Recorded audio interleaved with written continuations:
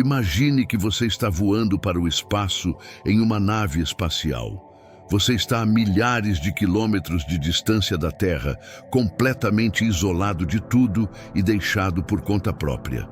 De repente, você pode ouvir um enorme barulho deslizando pelo espaço, ou ouvir uma música estranha que nem deveria existir. Como você se sentiria sozinho lá fora? Hoje compartilhamos com você 9 declarações de astronautas que são realmente assustadoras. Maurice Shetland. Maurice Shetland afirmou ter ocupado uma posição sênior na NASA durante seu tempo ativo. Shetland afirma ter conhecimento de tantos eventos e avistamentos envolvendo alienígenas e naves espaciais que ele estava convencido de que eles estão entre nós. Estão nos observando e sempre estiveram na Terra. Shetland publicou uma série de livros após sua aposentadoria que se concentraram em particular nas influências que os extraterrestres tiveram no surgimento da cultura humana e possivelmente no surgimento da raça humana. Shetland também afirmou, por exemplo, que as filmagens censuradas da NASA mostraram 2 OVNIs pairando sobre os astronautas Armstrong e Aldrin, quando eles foram os primeiros humanos a pisar na Lua. Algumas fotos apareceram na revista People em junho de 1975 para confirmar isso, e foram confirmadas por Maurice Shetland minutos depois de Armstrong pisar na superfície lunar. Dizem que Armstrong enviou esta mensagem de rádio também censurada. Essas partes foram realmente tremendas, Senhor. Oh, Deus! Você não acreditaria se eu dissesse a eles que havia outras espaçonaves aqui e que agora elas se reuniram na outra ponta da cratera e estão nos observando. A NASA nega essas observações em torno do pouso na Lua até hoje e até diz que Maurice Shetland nunca foi um membro da NASA, mas apenas um engenheiro sem importância em uma subcontratada. Apollo 15. Supostamente é completamente silencioso no espaço, quase. De qualquer forma, o vácuo dificilmente é capaz de conduzir som. Agora, um vácuo nunca está completamente vazio, mesmo no espaço. E então, certas ondas viajam de lugares distantes no espaço até nós. Esses eventos sonoros que são captados, por exemplo, também por nossos radiotelescópios terrestres, movem-se em faixas de frequência que não são audíveis ao ouvido humano. No entanto, alguns astronautas nas missões Apollo relataram ouvir sons estranhos no espaço que soavam como assobios. Um astronauta da Apollo 10 chamou esse fenômeno de música espacial. Na NASA, a palavra oficial era que os ruídos provavelmente vinham de uma falha nos rádios, mas Al Worden, um astronauta da missão Apollo 15, discordou dessa explicação. Ele disse que tinha certeza de que esses ruídos vinham de fora e não do sistema de rádio. Dr. Musgrave. O Dr. Musgrave é considerado pelos especialistas como o professor no espaço.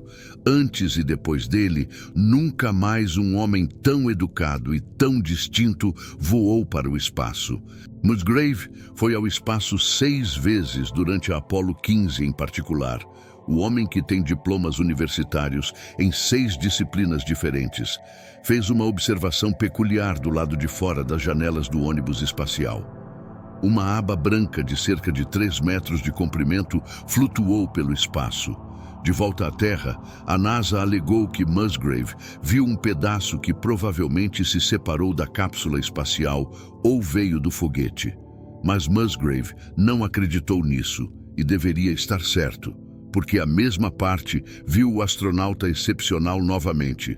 Só que a cobra estava, com o segundo avistamento, a cerca de 6 a 8 metros. Substancialmente maior, doutor.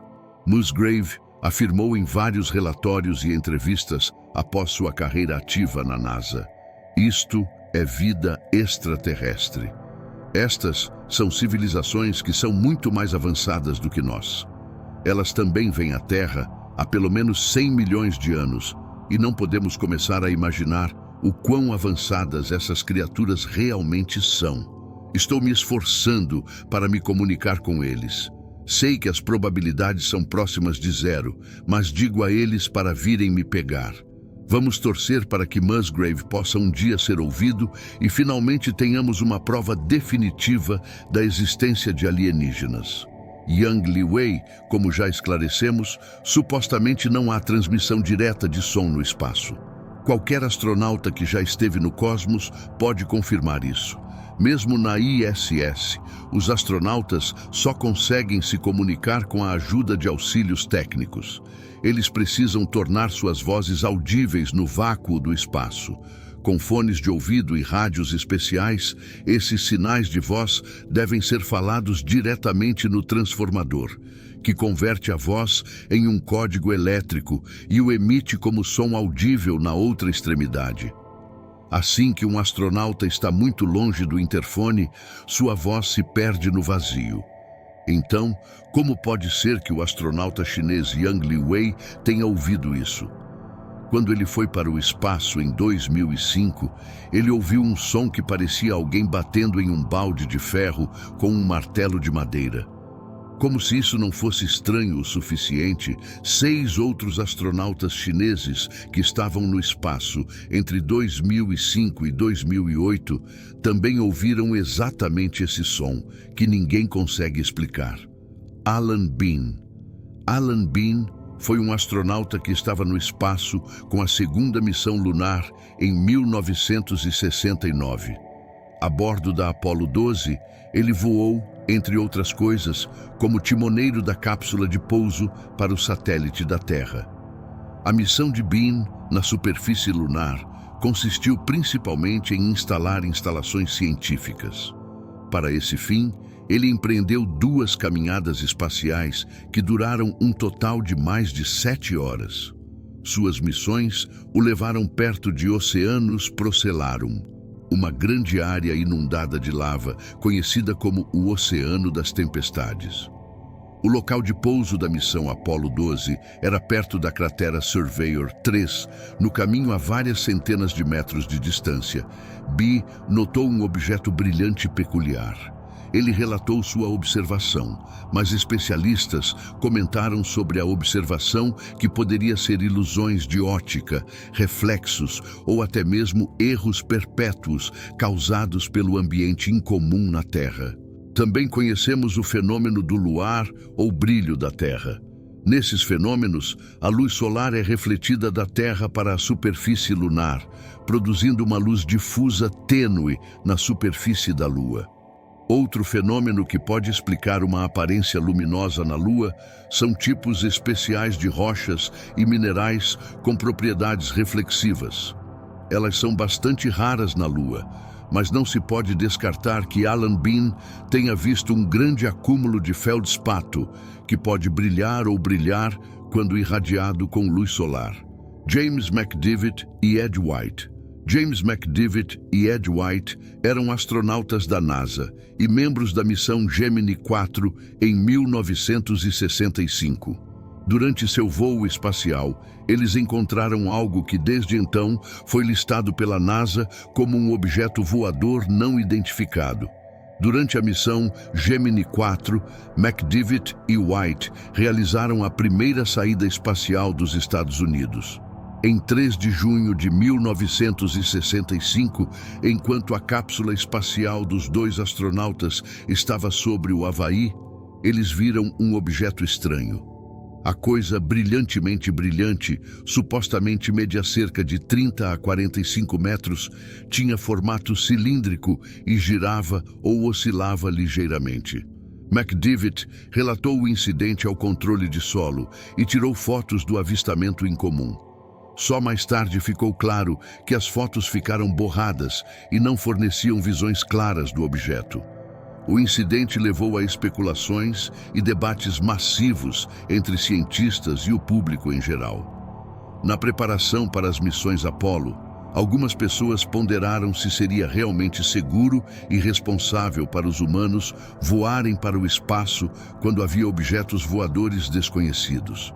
A NASA investigou o incidente e então encerrou o caso, dizendo que nenhuma explicação definitiva para o avistamento pôde ser encontrada.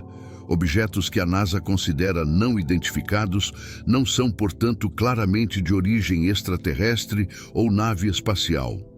Na NASA, apesar dos avistamentos frequentes de tais objetos e de todas as experiências que compartilhamos com vocês aqui, eles continuam a conduzir o curso de que há explicações perfeitamente normais para a maioria dos incidentes.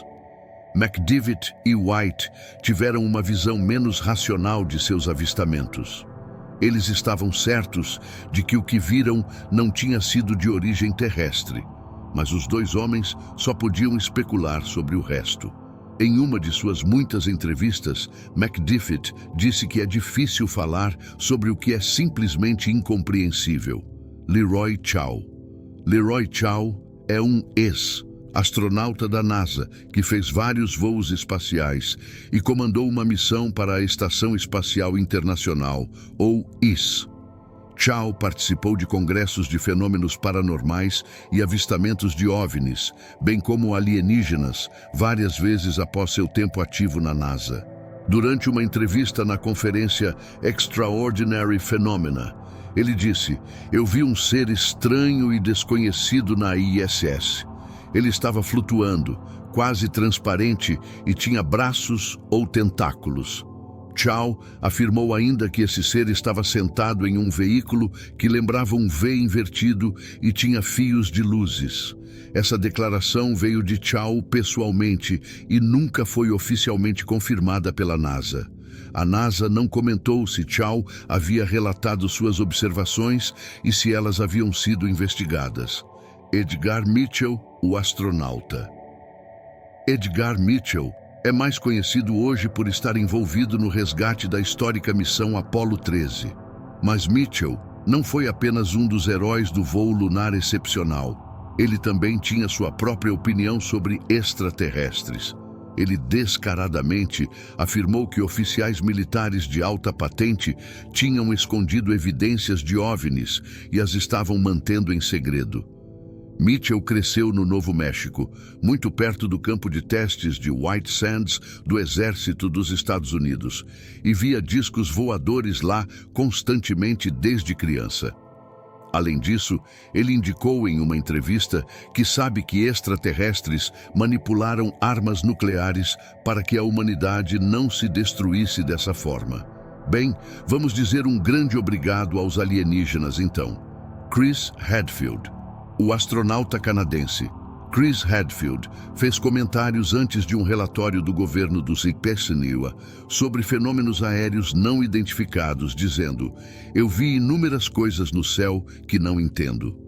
O ex-astronauta foi comandante da Estação Espacial Internacional e serviu por muito tempo como piloto de caça na Força Aérea Canadense antes de sua carreira no espaço. Mas Hadfield acha prematuro, se não estúpido, que as pessoas pensem imediatamente em OVNIs ou alienígenas com base em tais avistamentos. Ele tem quase certeza de que vida extraterrestre existe em algum lugar no espaço, mas observa que nós, humanos, deveríamos levar a sério a busca por possíveis outras formas de vida em vez de trazer especulações selvagens para o mundo. Qual é a sua opinião sobre isso? Você acha que essas declarações e avistamentos falam uma linguagem clara ou há espaço para interpretações completamente diferentes aqui?